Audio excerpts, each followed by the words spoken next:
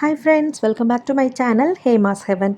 இன்றைக்கி ஹேமாஸ் ஹெவனில் டேஸ்டியான அதே சமயம் ரொம்ப சிம்பிளாக ப்ரான் கிரேவி எப்படி செய்கிறதுன்னு பார்க்கலாமா? அதுக்கு ஒரு பேனில் எண்ணெய் விட்டுக்கோங்க.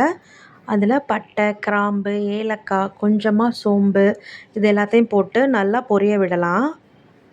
இதெல்லாம் பொரிஞ்சதுக்கப்புறம் ஒரு 2 பெரிய வெங்காயத்தை நல்லா மெலிசாக கட் பண்ணியிருக்கேன். அதோட கொஞ்சமாக கருவேப்பிலையும் சேர்த்துருக்கேன். இதையும் அந்த எண்ணெயில் போட்டு நம்ம நல்லா வதக்கி எடுத்துக்க போகிறோம். இதுக்கு வந்து நமக்கு ஒரு ப்ரௌன் கோல்டன் ப்ரௌன்னு சொல்லுவாங்கள்ல, அந்த அளவுக்கு வெங்காயம் வதங்கினா போதும். ரொம்ப அப்படியே பிரியாணிக்கு நம்ம வதக்கிற அளவுக்கு வதக்க தேவையில்ல. ஸோ ஒரு கோல்டன் ப்ரௌன் வர அளவுக்கு நம்ம நல்லா வதக்கி எடுத்துக்க போகிறோம். ஸோ ஈஸியாக வதங்கிறதுக்காக கொஞ்சமாக கல்லுப்பும் அதில் வந்து சேர்த்துக்கலாம். கல்லுப்பு போட்டுட்டு நல்லா மிக்ஸ் பண்ணி விட்டுக்கோங்க. இந்த அளவுக்கு நமக்கு வந்துச்சுன்னா போதும். அங்கங்கே கொஞ்சம் ப்ரௌன் கலரில் இருக்குது பார்த்தீங்களா?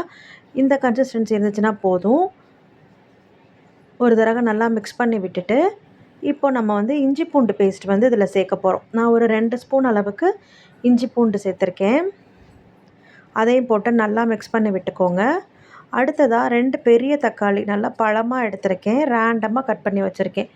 இதையும் நம்ம அந்த வெங்காயம் இதில் போட்டுட்டு நல்லா மிக்ஸ் பண்ணி எடுத்துக்க போகிறோம். நமக்கு வந்து தக்காளி நல்லா குழஞ்சி வரணும். ஸோ அதனால ஒரு 2-3 நிமிஷத்துக்கு நல்லா மசிய வேகிற அளவுக்கு நல்லா கிளறி விட்டுக்கோங்க. இதில் கொஞ்சமாக மஞ்சத்தூள், நம்ம காரத்துக்கு ஏற்ற அளவுக்கு மிளகாத்தூள், நான் 2 ஸ்பூன் மிளகாத்தூள் போட்டிருக்கேன். போட்டுட்டு நல்லா மிக்ஸ் பண்ணிக்கோங்க. இந்த மாதிரி மசாலாலாம் போட்டோம்னா தக்காளி வந்து ஈஸியாக வதங்கிடும். இதில் கொஞ்சமாக புதினாவும் சேர்த்துருக்கேன். ஒரு கைப்பிடி அளவுக்கு புதினாவும் போட்டு மிக்ஸ் பண்ணி விட்டுக்கோங்க. இந்த மசாலாவோட பச்சை வாசனை போகிறதுக்காக ஒரு 1/2 டம்ளர் அளவுக்கு தண்ணி விட்டு நல்லா மிக்ஸ் பண்ணிக்கோங்க. நம்ம தண்ணி விடாமல் அப்படியே வச்சுருந்தோம்னா இந்த மசாலா வந்து அடியில் இருந்துட்டு பிடிச்சிக்கும், கொஞ்சம் தீஞ்சு போயிடும், ஈஸியாக தீஞ்சு போயிடும். அதனால் கொஞ்சமாக 1/2 டம்ளர் அளவுக்கு தண்ணி விட்டுட்டு நல்லா மிக்ஸ் பண்ணி விட்டுருங்க.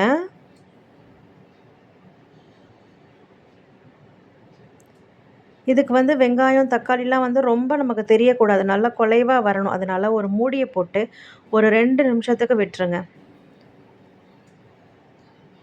2 நிமிஷம் கழித்து ஓப்பன் பண்ணி பார்த்தீங்கன்னா நமக்கு வந்து இந்த மாதிரி தண்ணி விட்டு நல்லா வந்திருக்கும். நம்ம ஆல்ரெடி தண்ணி விட்டுருக்கோம்ல, கொஞ்சமாக குறைஞ்சிருக்கும் அந்த தண்ணியும். ஒரு தடவை மிக்ஸ் பண்ணிவிட்டு இந்த தண்ணி வந்து நல்லா சுண்டுற அளவுக்கு நம்ம திரும்பவும் மூடி போட்டு வேக வச்சுக்கலாம். ஏன்னா நம்ம வந்து இப்போது ப்ரான் சேர்க்க போகிறோம் அதில். ஸோ வந்து ப்ரான்லேருந்தே நமக்கு நிறைய தண்ணி வரும். ஸோ அதனால் இதில் இருக்கிற தண்ணியெல்லாம் வற்றுற அளவுக்கு மறுபடியும் ஒரு 3 நிமிஷத்துக்கு மூடியை போட்டு வேக வச்சுக்கோங்க அந்த கிரேவியை. இப்போ வந்து நல்லா எண்ணெய் பிரிஞ்சு வந்துருச்சு பாருங்கள். இந்த ஸ்டேஜில் வந்துட்டு நம்ம ஆல்ரெடி க்ளீன் பண்ணி மஞ்சத்தூள்லாம் போட்டு க்ளீன் பண்ணி வச்சுருக்கோம் ப்ரானை. அதையும் வந்து இதில் சேர்த்துக்கலாம். இப்போ பார்த்திங்கன்னா தெரியும், கிரேவியில் வந்து தண்ணியே இல்லை. ஸோ ப்ரானை இப்போ போட்டு ஃபுல்லாக ப்ரானையும் அந்த மசாலா கிரேவி இருக்குல்ல, அதையும் நல்லா மிக்ஸ் பண்ணி விட்டுக்கோங்க. எல்லா ப்ரான்லேயும் மசாலா வந்து கோட் ஆகிற மாதிரி மிக்ஸ் பண்ணிக்கலாம். இதை வந்து நம்ம ரொம்ப சிம்பிளாக செஞ்சு முடிச்சிடலாம். ரொம்ப நிறைய இன்க்ரீடியன்ட்ஸ்லாம் கிடையவே கிடையாது. நமக்கு வீட்டில் நார்மலாக கிடைக்கிற இன்க்ரீடியன்ட்ஸை வச்சு சிம்பிளாக அதே சமயம் டேஸ்டியாக பண்ணி முடிச்சிடலாம். நல்லா மிக்ஸ் பண்ணி விட்டுட்டு இதையும் வந்துட்டு மூடி போட்டு வேக வைக்க போகிறோம். ப்ரானை வந்து நம்ம ஓவர் குக் பண்ணிடக்கூடாது. அதனால் ஒரு 4 மினிட்ஸ் சிம்மிலையே நம்ம மூடி போட்டு வேக வச்சோம்னா ப்ரான் வந்து குக் ஆயிரும். அதுக்கு மேலே வச்சோம்னா நம்மளால் சாப்பிடவே முடியாது, ரப்பர் மாதிரி ஆயிடும். அவ்வளோதான். ஒரு 4 மினிட்ஸ் கழித்து ஓப்பன் பண்ணி பார்த்திங்கன்னா இந்த அளவுக்கு ரெடி ஆயிரும். மேலே வந்து கொஞ்சமாக கொத்தமல்லி தழை போட்டு அடுப்பை ஆஃப் பண்ணிவிடுங்க. அவ்வளோதான், நம்மளோட சூப்பரான டேஸ்டியான அதே சமயம் ரொம்பவே சிம்பிளாக செஞ்சு முடிச்சாச்சு. இது வந்து சப்பாத்திக்கு ரொம்பவே நல்லாயிருக்கும். அப்புறம் ஒயிட் ரைஸ்க்கு இதை மட்டும் கிரேவி மட்டும் போட்டு சாப்பிடவும் நல்லாயிருக்கும். அப்படி இல்லைனா ரசம் சாதம் வச்சு கொஞ்சமாக கிரேவி வச்சு சாப்பிடவும் நல்லாயிருக்கும்.